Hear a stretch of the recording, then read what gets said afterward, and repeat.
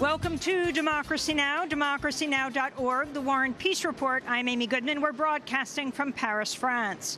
In a rare live speech from the Oval Office Sunday night, President Obama called Wednesday's mass shooting in San Bernardino, California, an act of terrorism. The shooting killed 14 people at the Inland Regional Center, a facility that provides services to people with disabilities. Obama said in response to the attack he will increase airstrikes against ISIS in Iraq and Syria, even though he acknowledged there was, quote, no evidence ISIS had directed the attack. So far, we have no evidence that the killers were directed by a terrorist organization overseas or that they were part of a broader conspiracy here at home. President Obama also cautioned against Islamophobia and vowed not to get pulled into a ground war in Iraq or Syria. We should not be drawn once more into a long and costly ground war in Iraq or Syria. That's what groups like ISIL want. We'll get response from ISIS hostage Nicholas Haynen, a French journalist who is held in Syria for more than 10 months, later in the broadcast. Meanwhile, in London, police are investigating Saturday's knife attack on a man at an East London metro station as a terrorist attack. The police say they were told the attacker shouted, quote, "This is for Syria." Richard Walton, counterterrorism police chief, said the attacker's motives are still unknown. It's too early to be absolutely certain about the motives for this attack. Obviously, the Counter-Terrorism Command is investigating it. We've got a number of lines of inquiry, and we're pursuing this investigation with some speed to determine what happened, how it happened, and particularly the motive that lies behind the attack. In Syria, dozens of people have died in airstrikes over the weekend. Syrian government strikes killed at least 14 people in Douma and Aleppo. U.S.-led strikes killed at least 3 Syrian government soldiers in Damascus, according to Assad's government. U.S.-led strikes have also killed more than 30 people in Raqqa, whom the Syrian Observatory for Human Rights said were ISIS fighters. Meanwhile, the observatory says since September 30th, Russian airstrikes have killed more than 400 civilians, including nearly 100 children. In France, Marine Le Pen's far-right party, the National Front, has secured 30% of the vote in the first round of regional elections Sunday, marking a major boost for the anti-immigration party. One poll showed the party coming in first place in at least 6 out of France's 13 regions. Recent polls have shown anti-immigration parties gaining support across Europe, including in Austria, Czech Republic, Holland, Poland, Slovakia, Sweden, and Switzerland. Meanwhile, in Venezuela, the right-wing opposition party seized a majority in the National Assembly for the first time in years, winning 99 out of the 167 seats in Sunday's elections. The ruling Socialist Party won only 46 seats. Venezuelan President Nicolás Maduro accepted the election results, saying they did not signal an end to the Bolivarian revolution that began when Hugo Chavez was elected in 1999. Here at the UN Climate Summit in Paris, France, negotiators have approved draft text for what they hope will form an accord to curb global carbon emissions by the end of this week. The lengthy document still contains more than 900 square brackets to signify areas of disagreement that still need to be resolved. Contentious issues include financing for developing countries, the precise carbon emission reduction targets, and whether or not the text will outline different responsibilities for developing and developed countries. We'll have more on the COP20 later in the broadcast.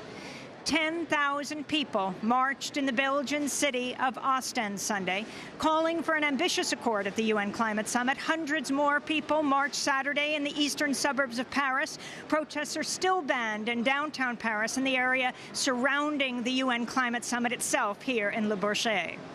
In India, the Air Force is continuing rescue operations in the southern state of Tamil Nadu as the worst flooding in a century continues. More than 250 people have been killed so far. Prime Minister Narendra Modi has blamed the flooding on climate change. This comes as Britain has also mobilized the army to respond to heavy flooding in the hard-hit northwest town of Cumbria. Local officials say it's the worst flooding they have ever seen. Off the coast of Azerbaijan, 32 people have died after an offshore oil platform went up in flames in the Caspian Sea Saturday. The rig is operated by Azerbaijan's state energy company SOCAR. The fire started after heavy winds damaged a gas pipeline on the platform. A severe storm hampered rescue operations. Swedish Foreign Minister Margot Wallström has condemned Israel's response to recent Palestinian knife attacks, saying, quote, "The response cannot be extrajudicial executions." This comes as Israeli authorities have killed a Palestinian man whom authorities say lightly wounded a man in West Jerusalem. 109 Palestinians and 19 Israelis have been killed over the last 2 months. In Raleigh, North Carolina, Republican frontrunner Donald Trump ended a campaign speech and walked off the stage after protesters interrupted him 10 separate times. Some of the protesters chanted, "All lives will matter when Black lives matter." Others called on Trump to, quote, "stop the hate." Trump repeatedly stopped his speech to respond to the protests. These are not people. Just remember that. Oh, here's another one. Here's another one. Look at this guy. Get him out. The Justice Department is expected to launch a wide-ranging investigation into the Chicago Police Department following protests over the police killing of 17-year-old Laquan McDonald, who was shot 16 times by white police officer Jason Van Dyke more than a year ago. Dashcam video only recently released by court order clearly contradicts police claims about the shooting, showing the teenager posing no threat and walking away from the officers at a distance as Officer Van Dyke jumps out of his police car and opens fire. The controversy has ousted the Chicago police chief and led to growing calls for Chicago Mayor Rahm Emanuel's resignation. An Australian immigration lawyer has posted an open letter signed by hundreds of asylum seekers imprisoned at Manus Island Detention Centre on an Australian naval base in Papua New Guinea, calling for mass-assisted suicide by gas chamber, poison injection, or being dumped at sea. An asylum seeker said he wrote the open letter because detention authorities recently told him and others that no country in the world would accept them. He said, quote, "So when we found out they'll keep doing this and we'll be experiencing gradual death for the rest of our lives here, why not ask them to execute us instead?" And former U.S. President Jimmy Carter says a recent brain scan showed no signs of cancer.